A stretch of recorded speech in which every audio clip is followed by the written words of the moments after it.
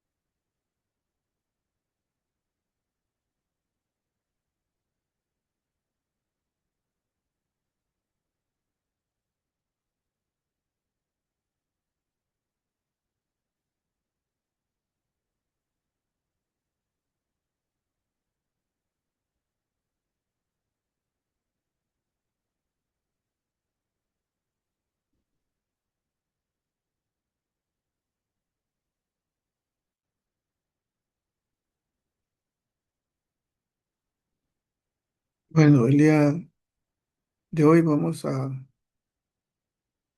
hablar acerca de lo que son la parte del perfil lipídico y síndrome cardiovasculares, ¿no? Que ha cambiado bastante la situación ahorita de lo que significa el diagnóstico. Y no solamente es el hecho de hablar de laboratorio, como siempre les he dicho, ¿no? En la cuestión médica tenemos que hablar muchas cosas de lo que se refiere a salud pública y manejo. Y una de las cosas que nosotros vemos definitivamente es esa definición, ¿no? Es la afección coronaria que genera una isquemia. Dentro de eso la epidemiología ya es bien conocida, pero hay algo que definitivamente acá en nuestro medio, en estos últimos años, que han hecho estudios de cardiopatías congénitas, se menciona que el Perú de cada 1.000 nacidos vivos, entre 8 a 10 presentan una cardiopatía congénita. Y esto también tiene que ser al borde luego de lo que significa el manejo, ¿no? De estos pacientes en el diagnóstico. Y vemos nosotros cuáles son los factores de riesgo ya conocidos, ¿cierto? Y vamos a ver algo de nuestro entorno, ¿no? Este es un reporte a nivel internacional y lo que se observa realmente es que solamente en el caso de América, porque no vamos a hablar acerca de todo ello, vemos nosotros que las enfermedades cardiovasculares, que son acá en menos 57, el 22, tanto en varones como también en este caso en varones. Esto corresponde, el 13%, también el 14% le corresponde a todo lo que es América. O sea, hay un porcentaje bastante elevado de estos problemas cardiovasculares.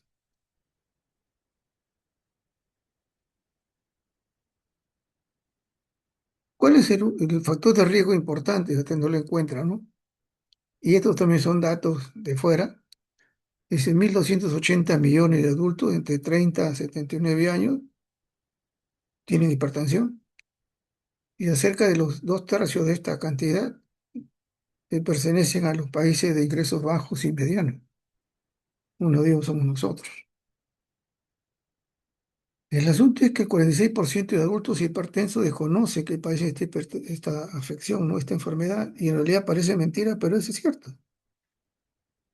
Nosotros hemos tenido ya el contacto con personas, en este caso pacientes que venían por una situación de control, etcétera, y observamos pues, que algunos tenían algunas condiciones, ¿no? Esto, y cuando se lo reportan en los exámenes posteriores, estaban hipertensos. La hipertensión no era necesariamente alta, ¿no? Pero era hipertenso ya con respecto al trabajo.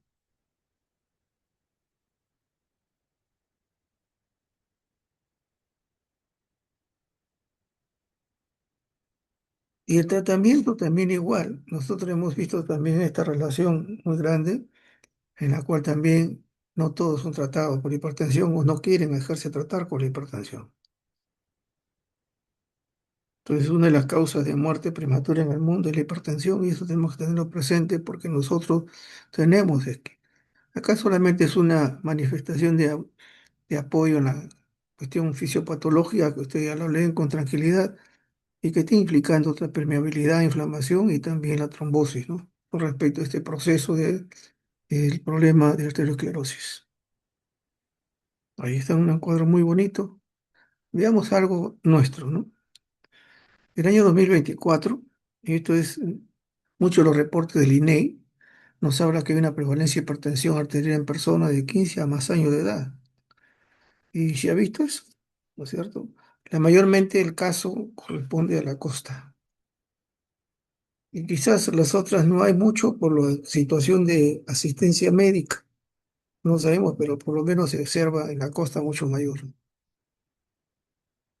Se ha hecho trabajo definitivamente acá en el adulto peruano y una de las cosas que al final las conclusiones nos habla, hay patrones geográficos, ¿no? Hipertensión arterial en el Perú, una mayor correlación de casos en la costa peruana, y mayormente, ¿no?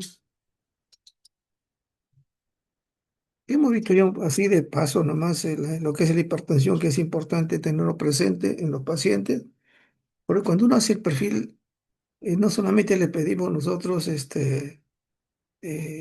pedimos la edad, el sexo, y se está tomando algo, ¿no? Entonces ahí reconocemos que está tomando antihipertensivo. Entonces también esto es importante para que la situación de los exámenes de laboratorio no sean solamente como si fuera un azar, sino el hecho que evidencie la patología cardiovascular. Otro factor de riesgo es la diabetes. Y miren los datos nada más con respecto al MINSA, ¿no? En el año 2023 hubo un conocimiento de casi 1.300.000 casos de diabetes. El 2024, 1.700.000. Y la tendencia es ascendente, mayormente en mujeres. Y la situación viene a ser eh, también con riesgo de lo que significa el sobrepeso y también los antecedentes de enfermedad cardiovascular. Y vemos nosotros aquí, ¿no es cierto? Y dentro de los elementos también que vemos es que el efecto femenino se está más comprometido, ¿no? Eso tiene que ver con los otros cuadros, o sea, comparativamente hablando. Y el mayormente que se observa definitivamente es la diabetes tipo 2. Ya sabemos nosotros cuál es la carga de eso, ¿no? El riesgo. Nuevamente, aquí vemos nosotros que mayormente la cosa está prometida. Como le digo, eso quizás sea por la razón que hay mejor diagnóstico, asistencia médica. Acá hay solamente he querido eh, mostrarle, ¿no? Una parte de lo que significa la diabetes en un caso por departamento, ¿no? Va a ser un poco difícil de que porque no tendría que cuidar con todo, pero si vemos nosotros, los que pasan, que están cerca a 700, 500, tenemos Ancash, tenemos Arequipa, tenemos el Ayacucho, Cajamarca, 1.200 en este caso del Callao, en Cusco, Ica y La Libertad. Y todos prácticamente la mayoría son de tipo 2. Ahora, una decía, ¿no? ¿Pero qué tiene que ver eso? Sí que Lima, ahí está Lima. En Lima y Lima en general, Lima como Lima, pero la metropolitana tiene 8.000 casos. Tenemos nosotros Piura y al final tenemos Ucayali. Y todo lo que se observa, la mayoría de casos es diabetes tipo 2. Pues tenemos hipertensión, tenemos diabetes como factor de riesgo. Y ahora, como le digo, ¿por qué razón tenemos que vernos esto? Este es fisiopatología, fisiología, factor de riesgo. Porque nosotros observamos eso que ya a través del resultado del laboratorio el médico hace cocientes, ¿no? O sea, la relación para determinar también cuál es el riesgo en estos casos de los pacientes.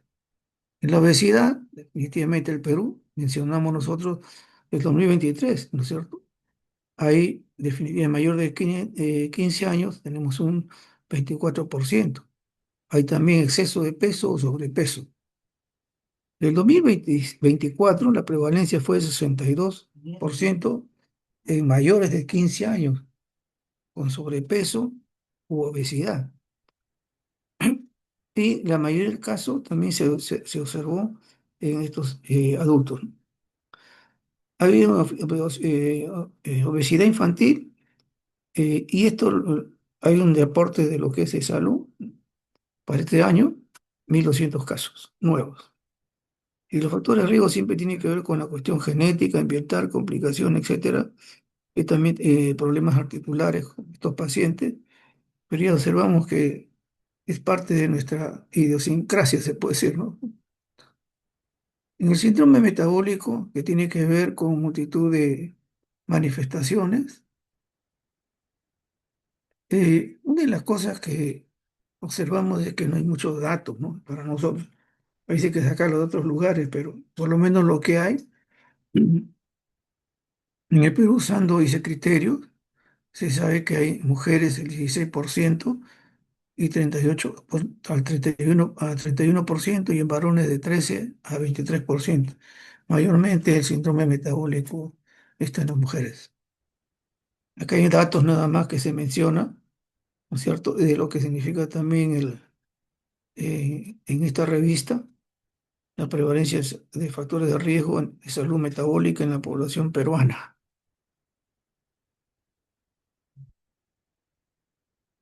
Y no solamente tiene que ver con situaciones ya determinadas con los lípidos, sino también, ¿por qué? Porque presenta al menos una alteración con respecto a esto, ¿no? La obesidad, hiperglicemia y algunos otros hallazgos también, ¿no? Que generalmente se dan en el sexo femenino.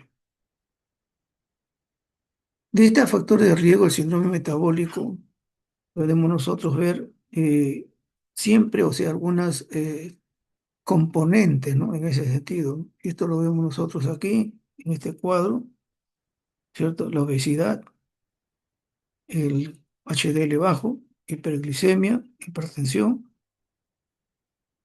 hipertriglicemia y hiperglicemia. O sea, hay presente, ¿no? Prevalencia componentes. Y esto antes se hizo en un comedor popular acá en Lima. La población era de 10.185 personas. Entonces, ¿qué se observa mayormente? La obesidad y también en este caso podemos colocar acá también el HDL bajo. Ahora, todo esto es un componente en la cual hay un riesgo de una hipertensión, pero recuerden algo, ¿no? Hay variables algunas veces con las mujeres y varón. Ahora ya se conoce, también hay una variación con los ancianos. Y una de las cosas que nosotros ya por la situación de trabajo, ¿no? Cuando era un problema de infarto al miocardio, en este caso un IMA en un anciano, es muy diferente. No hay esos dolores precordiales en mayor de los casos, no hay ese dolor que se irradia el brazo en mayor de los casos, y muchas veces se observa solamente un dolor epigástrico. Entonces, esa es una de las cosas que también hay que determinar en caso de estos caballeros que puedan realizar también sus pruebas rutinarias, ¿no? Un infarto del miocardio que nosotros vemos hasta el año 2023, usted puede observar también con respecto al hombre y a la mujer, ¿no es cierto? El hombre y la mujer, y podemos nosotros decir que es mayormente en el hombre se observa, ¿no es cierto? Y acá según la edad. Y ya no podemos decir nosotros que esto corresponde a mayores de 50 o 60 años, ¿no? Hemos visto casos de pacientes con infarto que son hasta menos de 30 años, ¿no? Entonces hay que tener cuidado por estos factores de riesgo que comprometen la salud. Y acá vemos nosotros un dato más de prevalencia mundial de infarto miocardio, que es una revisión, y aquí hay algunos datos que ustedes lo leen con tranquilidad. En archivos peruanos también de cardiología y cirugía, vemos el 2021, ¿no? Como le digo, ese dato nuestro actualizar bien un poquito difícil, ¿no? ¿Qué cosas se observa? Generalmente hay una cantidad de pacientes, una tasa de mortalidad y qué antecedentes frecuentemente observa. Y lo vemos nosotros acá, ¿no? Hipertensión, dislipidemia, diabetes, tabaquismo, infartos anteriores, enfermedad renal crónica, síndrome coronario también crónico, etcétera, etcétera, etcétera, etcétera. Entonces, eso es lo que se observa y todos ellos necesitan ser ¿qué? Evaluados también en laboratorio, no solamente el perfil lipídico. Ahora, cuando hablamos nosotros de síndromes cardiovasculares, no solamente es corazón, tenemos que ver también cerebro, a nivel cerebrovascular, ¿no? Y también hay las mismas circunstancias de factores de riesgo, también son los mismos, ¿no? Lo más frecuente es la hipertensión y diabetes. Eso sí lo hemos visto muy frecuentemente nosotros en caso de las emergencias y en nuestros hospitales. Entonces, si vemos nosotros acá, es que en la OMS la incidencia mundial es de 200 casos por 100.000 habitantes por año. Y se está incrementando esto, ¿no? Y esto definitivamente porque estamos en una carga de envejecimiento en todos los países, incluyendo nosotros, ¿no? Y esa es parte también de nuestra demografía. En el Instituto Nacional de Ciencia Neurológica, el año 2022 hubo hospitalizados por ACV, 209 casos. En el 2002, 22 y el 2023, 239 casos de ACV. Ahí no manifiestan la edad, tendríamos que leerlo, pero sí son pacientes ancianos. Y nuevamente acá vemos nosotros, pero en el 2024 en el salud se atendió a 11.000 asegurados y la sospecha o ya el diagnóstico definitivo de ACV. Más del 70% de casos de adultos mayores de 60 años. Eso es generalmente frecuente eso.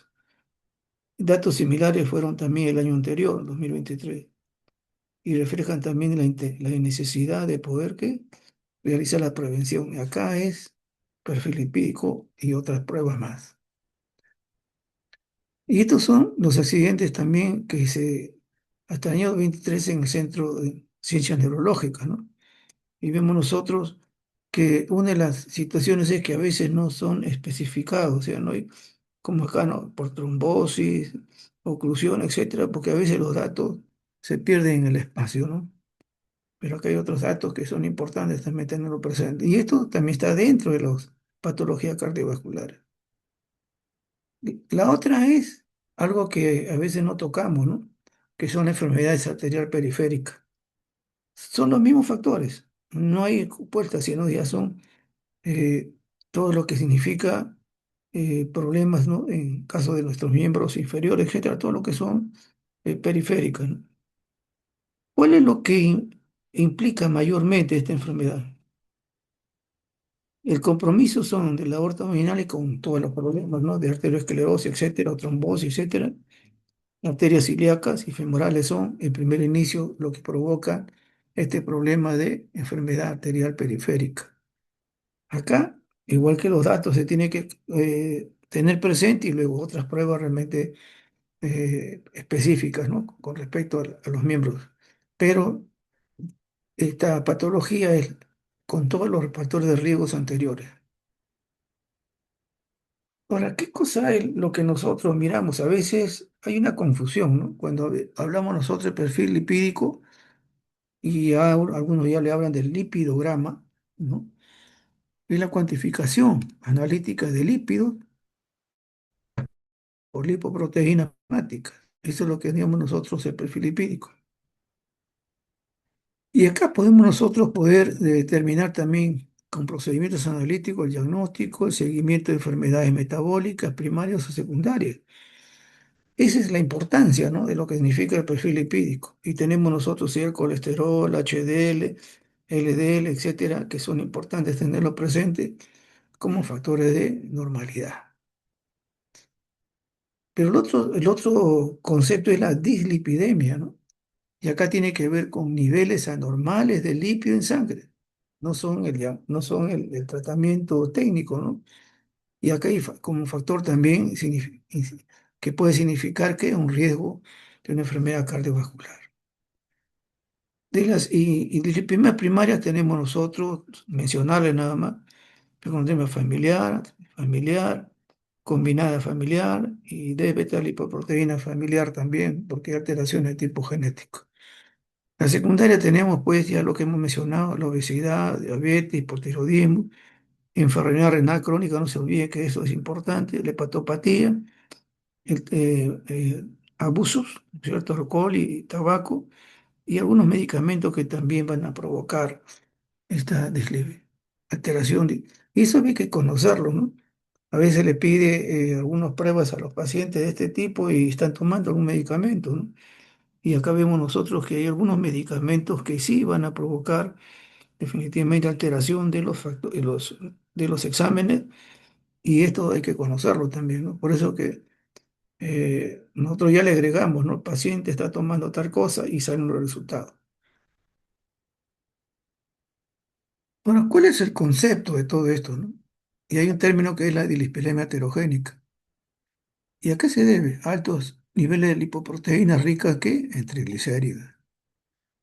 Pues ya no estamos hablando nosotros del famoso perfil común, sino hay otras cosas. Inclusive hay valores séricos normales, puede haber, y estamos hablando de heterogénica, o levemente alto. Pero ¿qué sucede? Hay mayor partículas de predominio de este caso LDL, pequeñas y densas. Ahora ya se está dosando esas, como si fueran esas pelotitas chiquitas, ¿no? Ya, pero está bien concentrado todos estos elementos, ya no es como los elementos más grandes, ¿no es cierto? O sea, entonces ahí ya 10 a 50 veces más la concentración, pues se está dosando este tipo de cosas, lógicamente con técnicas muy especiales, ¿no? No es una cosa de rutina, pero ya se conoce esto. Puede haber hasta un LDL normal y corriente, pero los LDL pequeños y densos están alterados. El colesterol no HDL elevado definitivamente es importante, que eso tiene que ver con el colesterol, ¿no es cierto?, total y el HDL. Entonces, todas estas lipoproteínas son consideradas todo esto también como un elemento participa en las lipoproteínas heterogénicas, ¿no? También el LDL, remanentes kilomicrones, VLDL, etcétera, están incluidas en esto, en el colesterol total. Entonces, esto es importantísimo, ¿no? Y esto vamos a verlo posterior. La lipidemia heterogénica también te corresponde no solamente el componente no HDL, sino también el HDL disminuido. No solamente la LDL, sino también los LDLs pequeños y altos niveles de lipoproteínas ricas en triglicéridos, ¿no? Pues todas estas cosas nos hacen a nosotros ver que hay una dislipidemia heterogénica en el paciente. Y esto sirve, favorece el inicio y desarrollo ¿qué? Acelerado de la arteriosclerosis. Todas estas alteraciones. Y vemos nosotros acá algunas consideraciones realmente que nos podemos comparar acerca de los riesgos bajos, riesgos altos, etcétera, de lo que estos componentes debemos tener.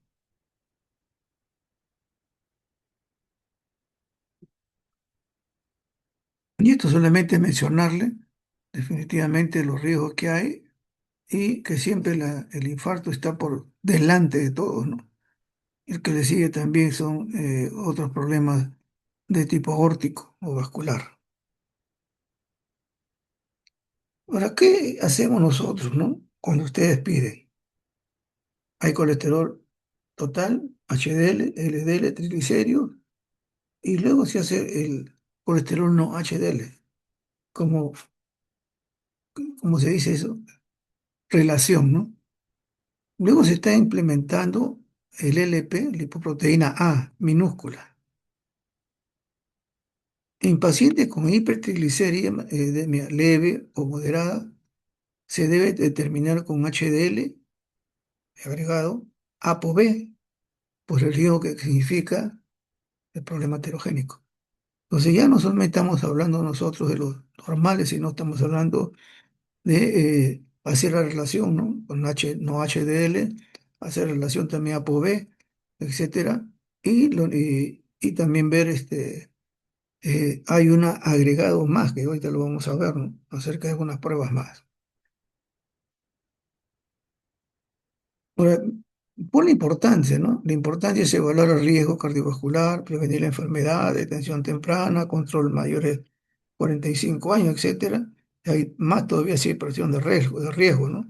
O si también esto implica una relación de tipo familiar.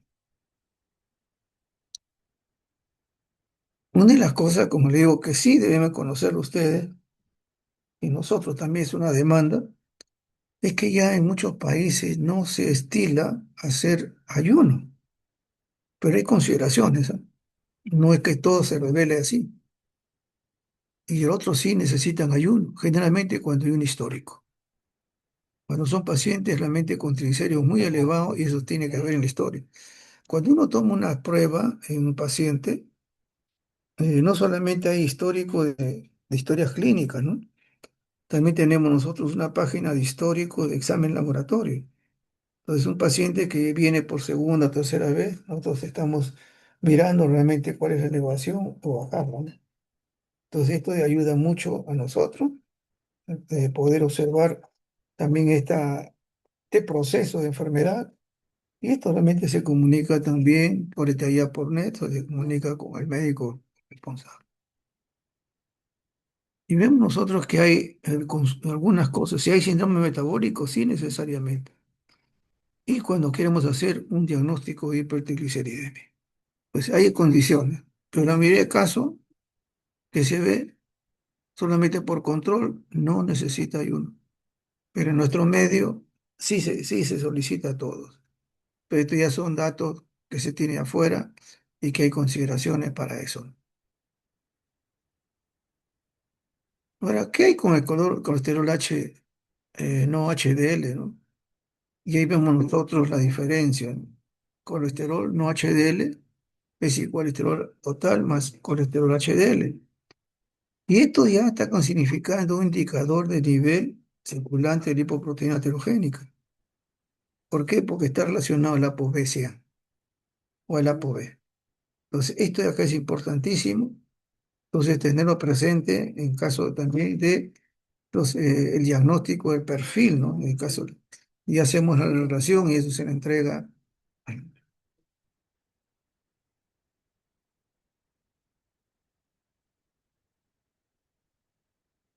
La importancia del colesterol no HDL ha ido en incremento gracias a la constatación de que su valor predictivo de enfermedad cardiovascular es superior a qué? Que se haga solamente el LDL. ¿Ok? Es importante. Este es otro cociente, ¿no? Colesterol total y HDL. Estamos hablando nosotros, no estamos hablando del no, sino del H. También es un índice heterogénico y esto se le conoce como Castelli, ¿no? Acá es útil para pacientes con hacer esta relación con triglicéridos bastante altos. El valor deseable de esta relación debe ser menos de 4,5. Luego también hay LDL con relación al HDL. Y el ratio debe ser mayor de 3,5. Y esto definitivamente si se observa, ¿no es cierto? Hay un riesgo. O sea, debe ser menor. Entonces, estos datos que ya se realiza a través del cociente, relación, y esto es importante tenerlo presente también. Y pasamos a lo que en la actualidad se está realizando ya. Estas pruebas que se comentan no son fáciles de hacer, ¿no? No se pide que también sea rutina, ¿no? Quizás a estos pacientes de alto riesgo, sí. Pacientes que van a hacer un control que debe hacerse 2 veces al año. Pacientes que sospechosos con problemas de tipo familiar, hay que hacerlo. ¿Por qué? Esto es importante. Todo ya está, como se le menciona, para poder valorar, ¿no? El principal componente proteico, el ApoB, tiene que ver con la envoltura, se puede decir, ¿no? Es, en todas las partículas heterogénicas. Está relacionado al VLDL, al LDL intermedio, LDL normal y relación con el colesterol no HDL. Hay una relación, pero están dentro de las partículas como componentes VLDL, LDL intermedio. Entonces, si conocemos nosotros esto, ya sabemos que hay una situación de carga bastante importante, ¿no? En esta relación. Hay un variante definitivamente que va a provocar por eso, ¿qué es lo importante de esto? Es el predictor de riesgo de enfermedad cardiovascular. ¿Por qué? Por el indicio aterogénico. O sea, esto está elevado, definitivamente los valores tenemos abajo, o sea, estamos pensando de que si hay un riesgo, por más que las otras pruebas salgan negativas, ¿no? O salgan dentro de lo normal. Entonces, esto sí es un predictor de la enfermedad cardiovascular. Pero también tenemos un poquito de cuidado, ¿no? Aumenta en el embarazo, en la hipercolesterolemia, y acá si hay un defecto también en lo que significa el componente LDL, diabetes, hipotiroidismo, anorexia y colestasis. Y disminuye enfermedad hepática, porque recuerden que esto definitivamente, muchos tienen, estos lípidos tienen origen en el hígado, hipertiroidismo, sepsis, estrógeno y la anemia. Pero mirando todo este valor, sin mirar la situación de aumento o baja, que puede estar comprometido a otras cosas, estamos considerando que es un predictor. Eso es lo importante del ApoB, que ahora ya se dosa en pacientes, ¿no? En este caso, con alto riesgo. Lo contrario al ApoB es el ApoA1. Definitivamente es la estructura del HDL. También ya se realiza estas pruebas, ¿no? Sintetiza en el hígado y también intestino. Esto tiene que ver definitivamente con la protección. Y se ve, ¿no? Hay una protección, etcétera, efecto anticoagulante, dice proteína de fase aguda negativa, o sea, no va a haber problemas mayores, antitumoral, inhibe la neoangiogénesis también cuando hay multiplicación de estos vasos en situaciones oncológicas, y hay algunas condiciones, ¿no? Que también pueden disminuir o bajar. ¿Pero qué? Este es realmente una proteína de protección. Ahora, ¿por qué se debe dosar? Solicitarle cuando el nivel es de HDL, porque este componente del HDL no, está bajo. Eso si sucede, estamos hablando de un riesgo de enfermedad cardiovascular. ¿Por qué? Porque no hay este componente para proteger. Está disminuido, igual que en este caso el HDL para hacer la adquisición. Entonces no hay un riesgo para enfermedad cardiovascular. Ya se realiza este tipo eh, de análisis, ¿no? Esta es otra proteína. Se le conoce a él como LDL malo, ¿no? Es la lipoproteína LPA minúscula. Y está formado definitivamente con la asociación de partículas de LDL y proteína ApoB, ApoA, y que contiene también el ApoB100, ¿no es cierto? Y muy pocas cantidades son las otras que no tienen nada que ver, el ApoA mayúscula 1, ¿no? Este es el ApoA minúscula, el ApoB100 y el LDL. O sea, esta lipoproteína es definitivamente de algo crítico, ¿no? Niveles elevados de LPA asociados a mayor riesgo de enfermedad cardiovascular, enfermedad también ACV, tienen propiedades ateroscleróticas. ¿Por qué? Porque provoca el reclutamiento de células inflamatorias, o sea, hay daño vascular, aumenta el depósito directo del LDL por el daño vascular, y luego cuando se desprende eso hay trombosis. Entonces, los niveles en este caso sí son importantes porque están cercanos, ¿no? A las componentes altamente mayor triglicérido.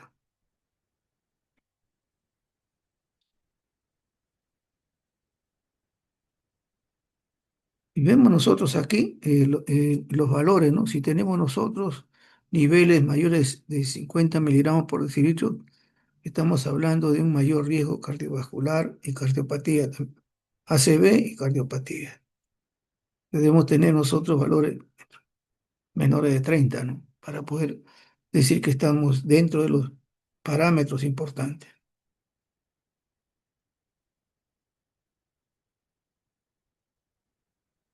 Y definitivamente lo hace para una situación también interesante, es que se lo haga, ¿no?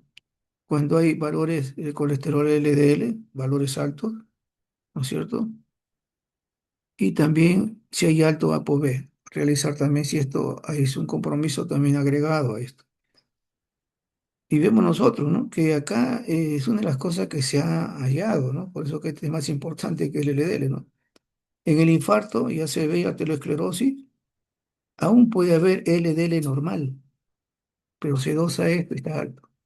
Pues esto va a ser un mayor detector, se puede decir, de esta patología que daña a nuestro sistema cardiovascular.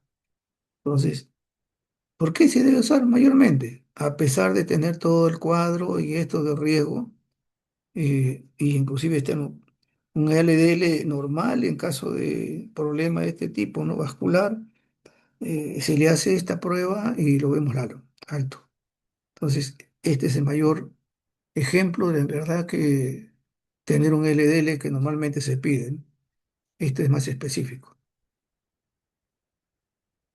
El ApoE definitivamente también lo hay, aunque esto,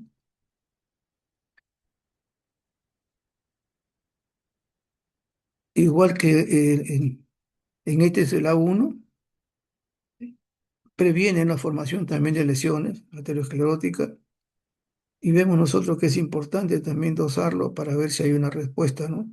De poder mejorar el estado también lipémico en estos pacientes. Ahora se está haciendo también todas estas pruebas y vemos nosotros que definitivamente va a permitir lo que se menciona al final, ¿no?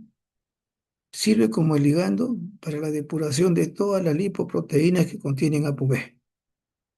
Y eso es el basurerito, se puede decir, ¿no? Lo recoge. Mucho más importante que decir el HDL. Ahora, en todo esto, la conclusión y en definitiva, nosotros tenemos que darnos cuenta para qué, ¿no? ¿Qué no de utilidad?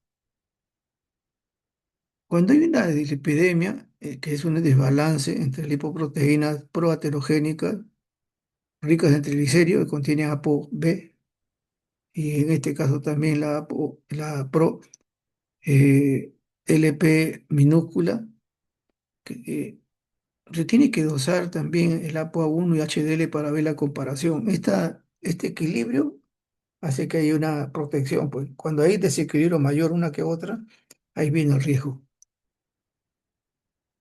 Y acá, bueno, es una consideración que nosotros tenemos presente, ¿no?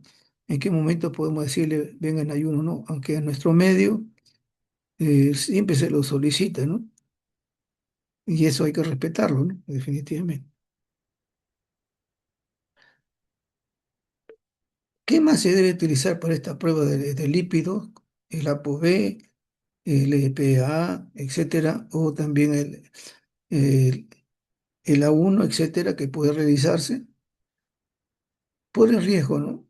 De presentar un exceso de triglicéridos en ayunas y un déficit del colesterol HDL. Hay que realizar las pruebas.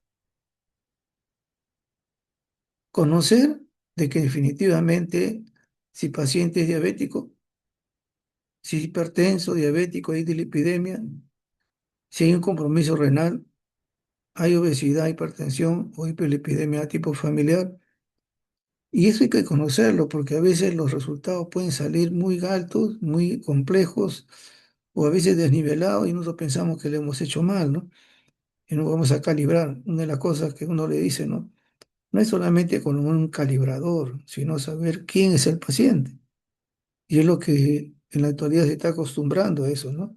Como le digo, la edad, condiciones, medicamentos, sexo. O sea, eso es lo que tenemos que ver nosotros. Y si hay un antecedente de algo, porque eso nos va a ayudar a nosotros a decir si los resultados que estamos realizando son adecuados, ¿no parece?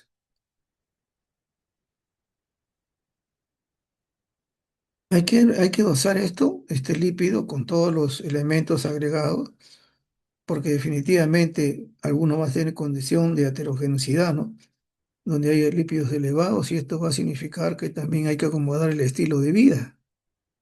Y es una de las cosas que sí, es parte de nuestra rutina, ¿no? ¿Qué comemos? ¿No es cierto? Y, y esto porque hay una carga tremenda de problemas de diabetes, ¿no? El consumo y la mayormente de nosotros, ¿no? Que a veces cogemos las cosas que hay, la mayormente fritura y la gaseosa, y con eso pensamos que hemos solucionado el problema, ¿no? Pues en este caso, definitivamente hay que dosarlo, todos los componentes, porque estos lípidos generalmente que se elevan y en un estilo de vida que no es muy adecuado, va a participar en esta heterogeneidad. Y hemos mencionado nosotros que esa relación del HDL, no HDL, ¿no? Y colesterol va a ser un predictivo, ¿no? Es un predictivo de la enfermedad cardiovascular. Igual en el ApoB 100, indicativo también en la lipoproteína, y que es indicativo superior al LDL, que también lo hemos mencionado, ¿no es cierto? Y el resto de pruebas también, el EPA no.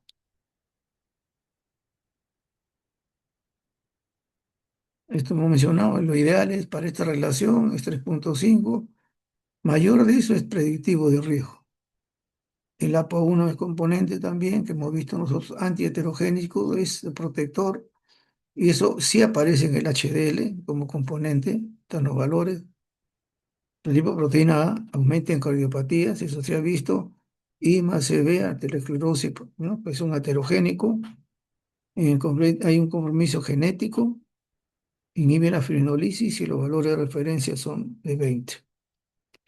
El ApoB, algunos mencionan ApoB nada más, otros ApoB 100, que es lo correspondiente, está con todos los elementos donde el triglicérido es puro, ¿no? Incluyendo los kilomicrones. Entonces aquí lo importante es descartar todo esto, por eso se hace la relación colesterol total y HDL. Entonces ahí se llama colesterol no HDL. Quita todos los componentes. Mejor predictor de riesgo, enfermedad cardiovascular, de ahí menciona la pobreza. ¿Es heterogénico? Definitivamente. Está componente de todos los elementos triglicéricos, ¿no? Tenemos nosotros esas partículas. Y una de las cosas que, como le digo, lo que ya se conoce eh, son LD pequeños y densos, ¿no? Que actualmente también se está dosando ya. Eh, no son técnicas muy de rutina, ¿no? Pero se hace porque estas partículas sí están dando más importancia porque evalúa el riesgo cardiovascular en cada paciente, ¿no? Más allá de un LDL normal. Entonces, estas partículas densas ya sí, como su nombre lo dice, LDL, el lipopd, pequeñas y densas. Importante eso, es importante, es una pregunta fundamental en nuestro trabajo en lo que significa diagnóstico médico.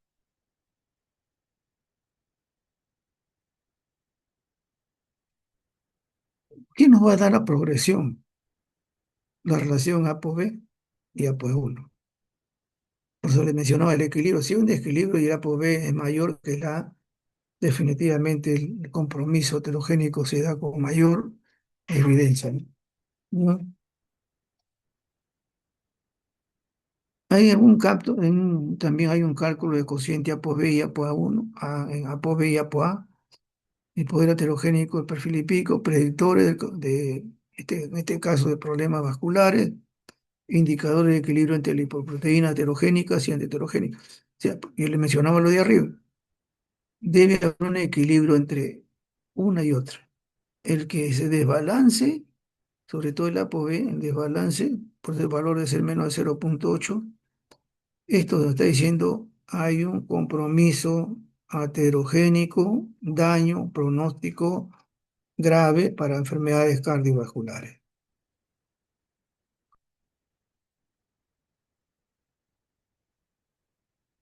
¿Cuál es uno de los problemas también que hay, ¿no? Hemos encontrado nosotros ya en varios pacientes HDL bajos, ¿eh?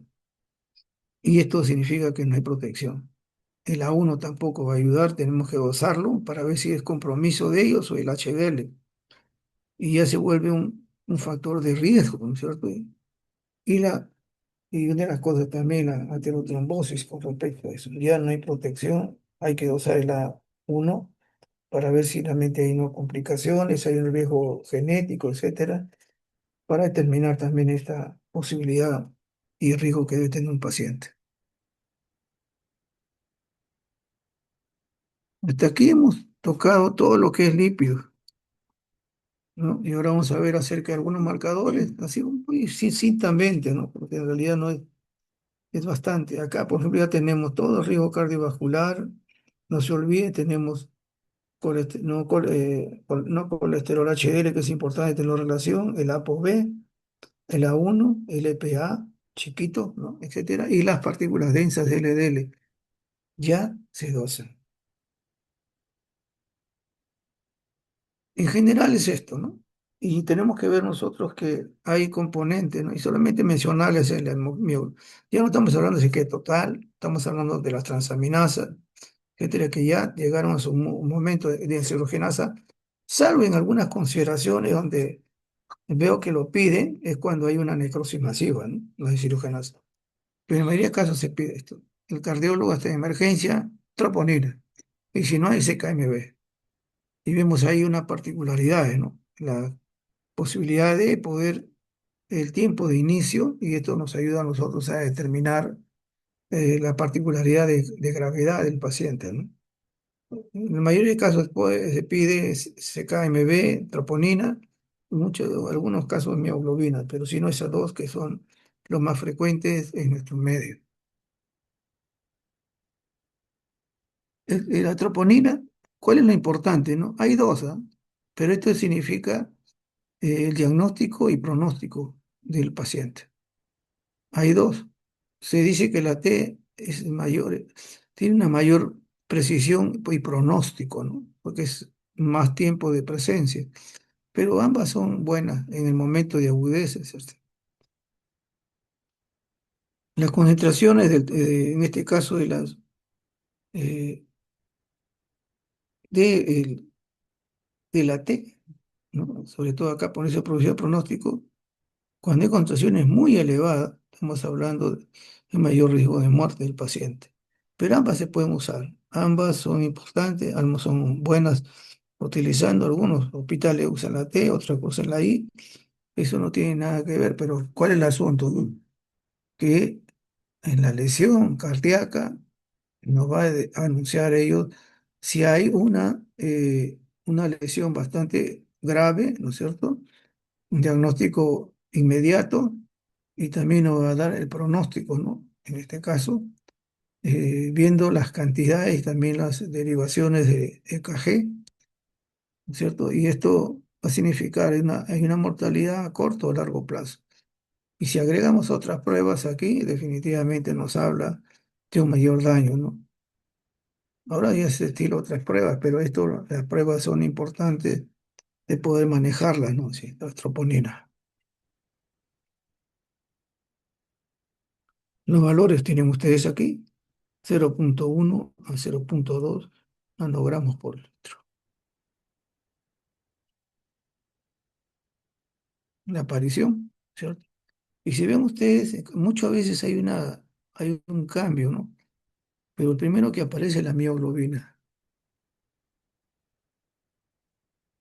La sequía total y CKMB.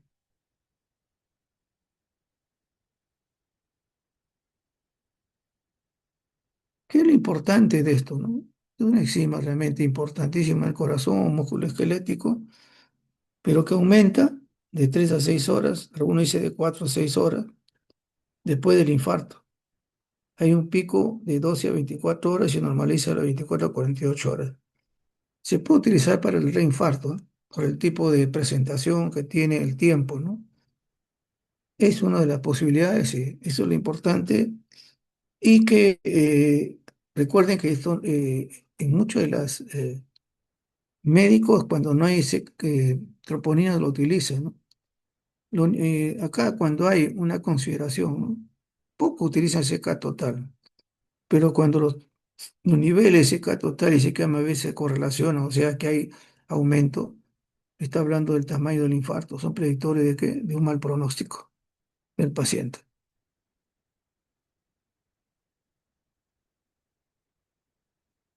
Algunas consideraciones, no solamente por infarto, por eso hay que ver la parte clínica, no que estamos hablando solamente de alguna presentación, pero la clínica también es importante tener presente, ¿no? Y el EKG. Con esto sumado y los niveles, estamos hablando de definitivamente un mal pronóstico del paciente, junto con el caso de las troponinas. Los valores que tienen ustedes acá de 0,25 unidades por litro o 0,5 nanogramos. ¿Para qué se utiliza? No solamente va a ver el diagnóstico, pronóstico, sino también el reinfarto. La mioglobina es una de las cosas que, como les mencionaba, muchos de los literatura hablan de que sea el primero, ¿no? Algunos dicen 3 horas, 1 hora antes. Es un marcador temprano y sensible de infarto, pero no es específico. Es decir, es un predictivo negativo. Si no hay esto, entre comillas se dice que no hay infarto, ¿no? Se eleva en un plazo de 3 horas y las 12 de su pico y desciende a las 24. ¿Para qué lo utilizan con frecuencia en otros lugares, también en otros medios? Es para el reinfarto, por el mismo tiempo. Tiene un descenso rápido y si hay un reinfarto va a subir esto y también la CKMB. Las dos son importantes para calificar reinfarto.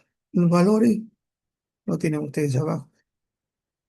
Entonces, lo importante es un marcador temprano, aunque no sensible, es un predictivo negativo. Hay una elevación y una vida corta también de regreso a lo normal y por lo tanto se utiliza para el reinfarto. El PCR se utilizó mucho, mucho tiempo como si fuera un marcador también cardiovascular, pero hay una cosa importante, ¿no? Es una proteína de fase aguda, marcador para detención y estratificación de riesgo y monitorización de inflamación, en este caso en el cardíaco, ¿no? Aumenta de 4 a 6 horas. Al inicio de los síntomas hay una concentración máxima de 2 a 4 días y se normaliza prácticamente a la semana. Lo que sí tenemos que darnos cuenta es que hay algunas consideraciones, ¿cierto? Puede aumentar por la obesidad y ya se conoce que la obesidad y los lípidos es un buen estímulo de la inflamación y eso es parte ya de conocido. Por fumar, terapia de reemplazo hormonal y se reducen con las estatinas, alcohol y también con el ejercicio. ¿Qué es lo que se utiliza también esto, no? Hay una prevención, dice, primaria, es un predictor y esa es una de las cosas que sí también se conoce, es un predictor de futuros eventos cardiovasculares. Similar, dice, si hay aumento el colesterol y HDL, ¿no? Pero acá es, ¿no? PCR, descartando esta parte, ¿qué es PCR? Aparte de la situación de ver que hay una lesión inflamatoria, etcétera, y el infarto es un predictor. Que esto inclusive eh, puede estar en pacientes que no hay mayor sintomatología cardiológica, ¿no? Puede haber eso, evento cardiovascular. También habla de prevención secundaria. Va a recurrir nuevamente al infarto, va a recurrir nuevamente el ACV. Entonces, aparte del cuadro inflamatorio, la importancia es un predictor de enfermedad cardiovascular, sea primaria o sea secundaria. Otra prueba que se han utilizando es el complemento de interleuquina 6.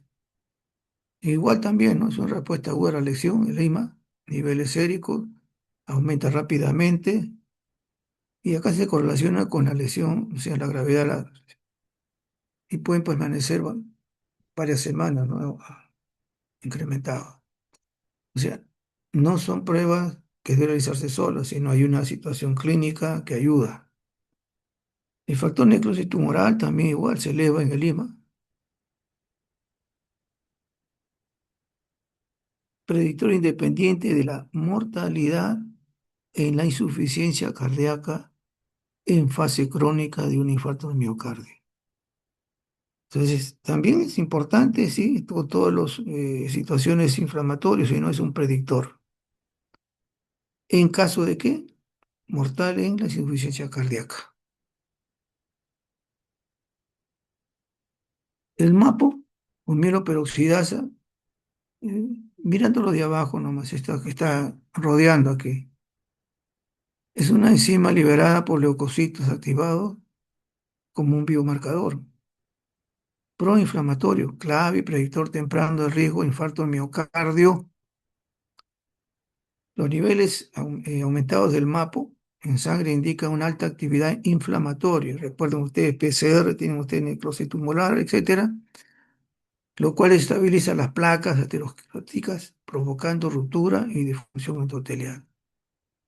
Porque esto está más incluido, ¿no? Que el PCR, esto es más agregado ahí. Entonces, el MAPO nos va a decir, uy, las placas están, como decir, disgregándose, ¿no? Y ese es el riesgo que tiene para un infarto, ¿no es cierto? A nivel ya conocido.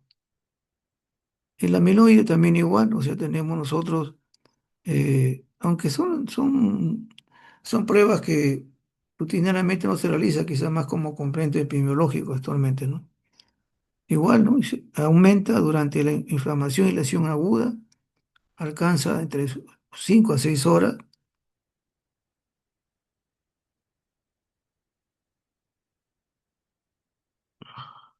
Y esto es lo más importante, no hay valores realmente que son bastante elevados y también los ha habido complementos con otras patologías, ¿no?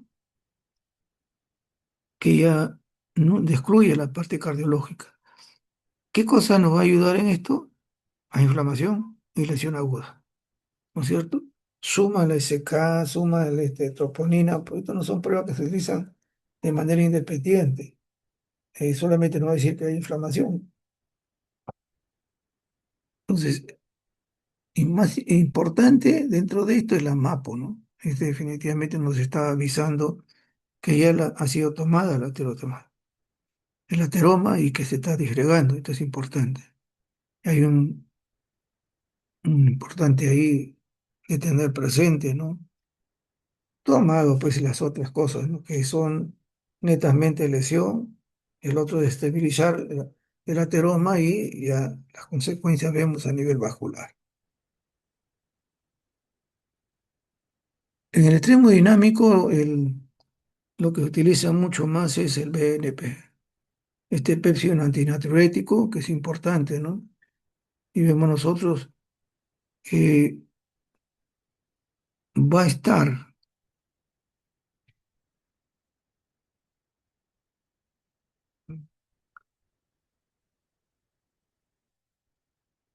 va a estar importante. Es una hormona que se libera, ¿no? Problema cardíaco también, cuando hay una sobrecarga de presión o volumen. Y esto definitivamente está dado para el diagnóstico, severidad y pronóstico de insuficiencia cardíaca. Acá tenemos algunas consideraciones, ¿cierto? El valor normal del NP o BNP debe ser menor a 100 picogramos por litro. Entonces, ¿para qué se utiliza esto? Es para valorar insuficiencia cardíaca, para ver la severidad de la insuficiencia cardíaca, para diagnosticar insuficiencia cardíaca. Es lo que realmente se utiliza para determinar esto, no el riesgo, ¿no? Que hay, más que las otras. La GPBB también es igual, ¿no? Que esto se libera. Bueno, estas son pruebas que la han hecho a nivel epidemiológico, ¿no? Y se libera también a través de un inicio de una isquemia miocárdica y regresa después de 1 o 2 días. También es importante, ¿no? Podemos nosotros tenerlo presente también como un marcador igual. Y ahí vemos, es más sensible que la CKMB, mioglobina, en el diagnóstico precoz. inclusive hasta en el reinfarto podría ser, ¿no? Pero en este caso el diagnóstico precoz porque el momento que se libera ha sido prácticamente a las 2 horas de la lesión. Creo que este es lo último. El microarray RN es una clase de ARN no codificable, pequeños, etcétera, monocatenario, altamente conservado. Aquí el problema es que no hay unos valores que se guíen de referenciales, ¿no? Sino que cada laboratorio tiene que implicar el manejo de esto, ¿no? De cantidad, etcétera. Y acá tiene que ver relacionado con el IMA, ¿no es cierto? Hipertrofia cardiomiocitos, insuficiencia cardíaca. Utiliza. Determinan el destino cardíaco a regular la muerte, regeneración de las células cardíacas tras un infarto de miocardio. Esto ayuda, pero ya cuando hay niveles muy altos ya está hablando de otra cosa. Y vemos nosotros que el IMRA 208 y el 499 se detectan en las primeras horas, superando inclusive los marcadores como lo que conocemos, ¿no es cierto? La troponina, CKMB.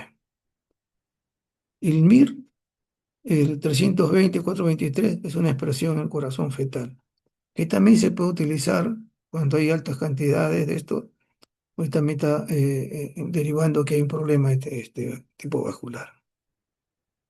Ahora, ¿cuál es lo importante de esta R, no? Que son los controlan los procesos clave de la apoptosis, necrosis y autofagia tras la isquemia. O sea, es como un regenerador. Pero esto se libera y se regenera, ¿no? Si se libera es porque hay lesión. Y luego intentar regenerar también las estructuras que han sido muertas. Entonces, es importante en los se puede decir, las primeras horas, ¿no? Para determinar estas lesiones que puede haber. Ahora, inclusive hay otros MIR-RAY, ¿no? MIR-ARN, ¿no? Que se están ahorita utilizando también de manera, pero ya se conoce que esto apenas sale, hay una lesión. Lógicamente, porque este es ARN, está dentro de la célula, es lo importante. Ahora, las cantidades muy fácilmente tienen que ser contabilizados eso a través de los exámenes, no hay una cifra exacta para esto. Y una de las cosas que me llamaba la atención era justamente el factor metodológico. ¿Y para qué? Cuando vemos leucocitosis, en caso ya de este problema que estamos teniendo nosotros de una enfermedad isquémica, etcétera, nos está anunciando que hay inestabilidad de las placas ateroscleróticas. Igual que el PCR, hay inflamación, o el MAPO también igual. Nos dice hay una inestabilidad de las placas ateroscleróticas. Entonces, un hemograma no le quita nada de, de situaciones que se puede decir de diagnóstico, sino ayuda también a hacer la valoración, ¿no? Para que no proceda a una pérdida, ¿no? Y se vuelva una trombosis, etcétera.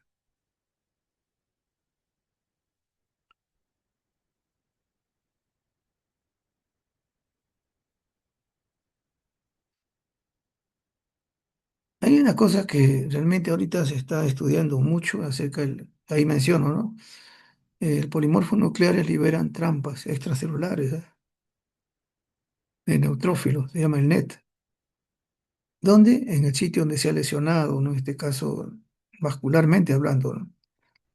¿Qué son el NET? Son fibras proinflamatorias y protrombóticas que pueden atrapar leucocitos, propagar los trombos los trombos y también aumentar el NET y el tamaño del infarto. O sea, no solamente, o sea, el hemograma va a ayudar a determinar eh, un cuadro de inestabilidad, un cuadro de mayor lesión en este caso, y eso ya se ha visto que inclusive cuando se toma leucocitos, ¿no? Un hemograma en los cuadros que supuestamente ha pasado y permanece todavía una leucocitosis, es un riesgo. Que siga la inflamación, siga la lesión y está anunciando que puede ser una progresión mortal, ¿no es cierto?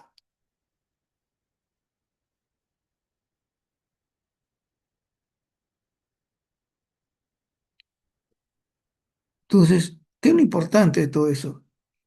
Uno es la inestabilidad de la arteriosclerosis, de las placas. Dos, que va a juntar definitivamente muchas más células con estas trampas, ¿cierto? Va a coger, propaga la trombosis, hay inestabilidad, propaga la trombosis y va a haber también que esto va a incrementar el tamaño de las lesiones, ¿no? El tamaño del infarto. Y vemos otros componentes también como los linfocitos, etcétera, que le han asociado a la progresión de arteriosclerosis. Pero lo que sí se conoce es que proseguir con una leucocitosis es grave. Y eso sí es definitivamente. Y ahí menciono acá, ¿no? Relacionado a mayor tasa de mortalidad cardiovascular los primeros 30 días después del infarto. O sea, el paciente pasa y luego comienza sus leucocitos a aumentar, ¿no? Entonces, esto también es un anuncio de que puede definitivamente provocarse problemas. Demostró el valor pronóstico relacionado al desarrollo de la perolesión microvascular, insuficiencia cardíaca, shock y muerte. O sea, el hemograma, el leucocitosis nos está anunciando de la inestabilidad de placas, el aumento de la progresión de del daño y también si persiste esto, los días subsiguientes al infarto, nos está hablando de un pronóstico también grave. Entonces, para no demorarnos ahorita, una de las cosas que se ha visto, como los reportes, ¿no? La muerte súbita. Y uno decía, ¿y cómo hacer el diagnóstico de la muerte súbita? No es difícil. Generalmente aparece, ¿no es cierto?, los síntomas dentro de la hora. Que ha sucedido esto, que puede ser paro, etcétera, o también problemas arrítmicos, ¿no es cierto?, leves, una perfusión deficiente, y tiene que ver con todo esto, ¿no? Hay enfermedad de arterias coronarias,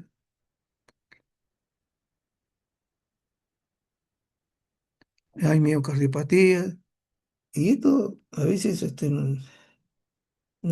quizá por la rutina que tenemos nosotros, no nos damos cuenta que hay los productos que a veces utilizamos nosotros, generalmente alcohol, etcétera, son los que van a provocar también lesiones, no solamente el hígado, sino también al corazón. Entonces, hay algunas patologías aquí. Lo interesante, una de las cosas que a mí me llamó la atención fue esto, ¿no? En menores de 35 años, la causa común de muerte súbita es una arritmia. Del nacimiento hasta los 13 años, la causa es una anomalía congénita. Eso es algo que sí deberíamos tenerlo presente porque siempre se ha mencionado que los niños, ¿no? De 10 atrás, en este caso 13, cualquier tipo de situación que se repite, hay que averiguar qué problema genético hay. De 4 a 24, mielopatía hipertrófica, arritmogénica, el ventrículo derecho, anomalías coronarias, congénita, cardiopatía genética, miocardiopatía, el síndrome de Wolff-Parkinson, White, Marfan.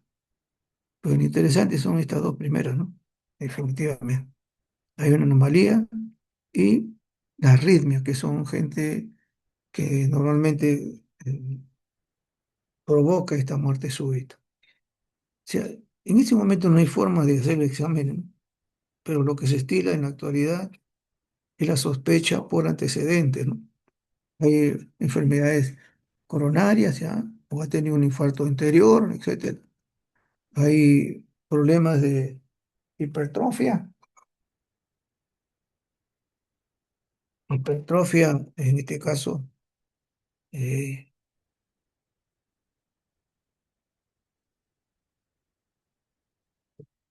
corazón hipertrófico, hay toxicidad, alcohol, etcétera. Obesidad, que eso lo hemos ya mencionado nosotros, ¿no es cierto? Y hay una alteración también del ritmo. ¿Qué se debe hacer? Y esto muchas veces, le digo, nosotros tenemos conocimiento de personas que han estado deportistas, no solamente lo que ha pasado, ¿no? Sino que definitivamente a veces hay que hacer toda una prueba, ¿no? Precisamente se halla después cuando hay una carga, que hay una situación ahí crítica, ¿no? A veces con la repolarización, con su número de cosas que ustedes conocen más que yo. ¿Qué hay que hacer? A todos estos pacientes que hay una sospecha, hay que hacerle péptido, porque hay que tiene que ver acá con lesiones, dilatación, etcétera, problemas de volumen, de instalamiento, etcétera. El electrocardiograma en España se está haciendo trabajo con colegios, ¿no? Y ahí en escolares se encontró que el 2% tenían algún problema de tipo cardíaco, hipocalcemia, sodio y potasio y alteración de la repolarización. Y el EKG, ¿no? El EKG es la que, bueno. En el estudio genético se ha visto que hay necesidad de que todos estos genes alterados también, ¿no? Que tienen ahí mi, sensa, que es cuando RR2. Y luego agregarse el perfil lipídico, pero recuerda, el perfil lipídico sumado el ApoB, ya no estamos hablando de eso, y hacer la relación también de HDL y no HDL, etcétera, y LPA minúscula, hay que realizarle, porque esto también es un componente heterogénico y que a veces pueden estar ahí hasta que pasa el problema. Y mejorar la nutrición, definitivamente, y no tener toxicología. Se conoce que estos pacientes no solamente es alcohol, sino también droga, una de ellas la cocaína. Entonces también son parte del cuadro que hay que averiguar. Entonces hay que hacerle pruebas de toxicología antes de que suceda una muerte súbita donde ya definitivamente no hay mayor diagnóstico, solamente atención para que pueda sostenerse el paciente. Creo que es la última, el infarto silente. Aquí una de las cosas que realmente llaman la atención, generalmente se da en esto en pacientes ya son pacientes crónicos y pacientes ya de edad. No podemos decir tercera edad, ¿no? Ya son de edad, 60 años en adelante. Bueno, ahí se menciona de 45 años, ¿no? Pero ya son pacientes que tienen una carga. No van a tener la sintomatología normal, como normalmente se conoce en la fisiopatología con el dolor en el brazo izquierdo, una irradiación y todas esas cosas. No, a ver. Y nosotros hemos tenido, le digo, casos como de pacientes que se le hizo las pruebas y no tenía ninguna sintomatología y cuando encontraron en el EKG algunos puntos eh, que había tenido microinfartos y luego las pruebas que sucedían y no tenía sintomatología el paciente. Entonces hay que tener cuidado por eso, ¿no? ¿Pero qué son pacientes diabéticos? Todas las cosas que hemos visto en antes, ¿no? Sobrepeso, hipertenso, colesterol alto, estamos hablando de síndrome metabólico, una vida sedentaria, ya tenía un infarto previo y es así, así sea microinfarto. Hay consumo también de productos tóxicos, no solamente el tabaco, sino también hemos visto ahí tanto el alcohol como también la toxicología. Y también hay antecedentes familiares. Por eso que es una de las cosas que se le pide es, inclusive acá uno le puede agregarse inclusive hasta pruebas renales, ¿eh? Que ahí me parece que no le he puesto pruebas renales, porque también con creatinina alta, también, o sea, hay enfermedad renal crónica, también tienen estos pacientes a realizar tener esta situación de un infarto silente. Entonces, hay condiciones, hay edad, hay antecedentes, estos pacientes deben llegar a hacer sus controles respectivos, ¿no? Igual que el resto, ¿no? Su hemograma, recuerden esto, glucosa, urea, creatinina. El perfil lipídico, que ya estos son pacientes a riesgo, debe agregarse la ApoB, LA, LP minúscula, etcétera. Y si en caso hay un HDL bajo, hay que agregarle pues el eh, proteína 1, ¿no es cierto? Que es lo que es. Ahí me mejora y luego el EKG. Y este es parte, o sea, lo que significa el manejo de lo que significa no solamente cardiológico, sino también de laboratorio. O sea, y esta es una forma de control clínico para el laboratorio. Ok.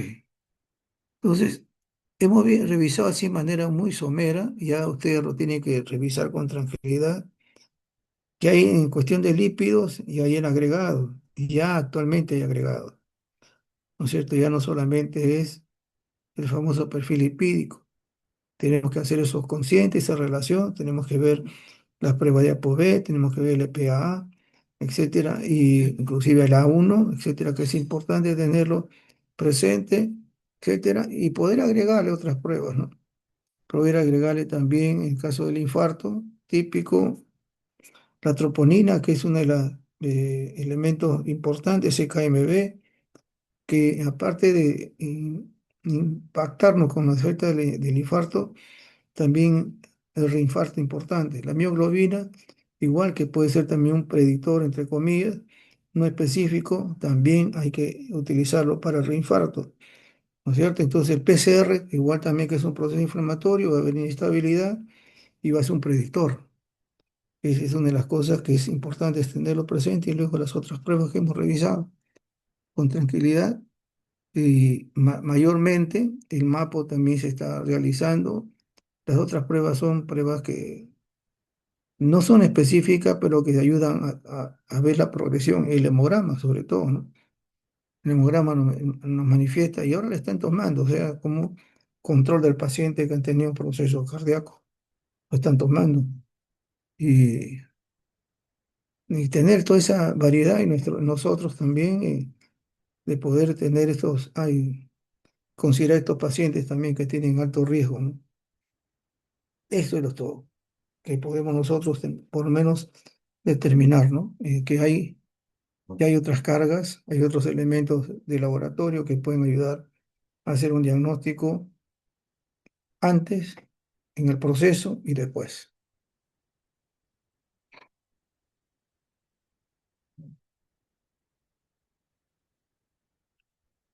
Bueno, ¿hay alguna inquietud?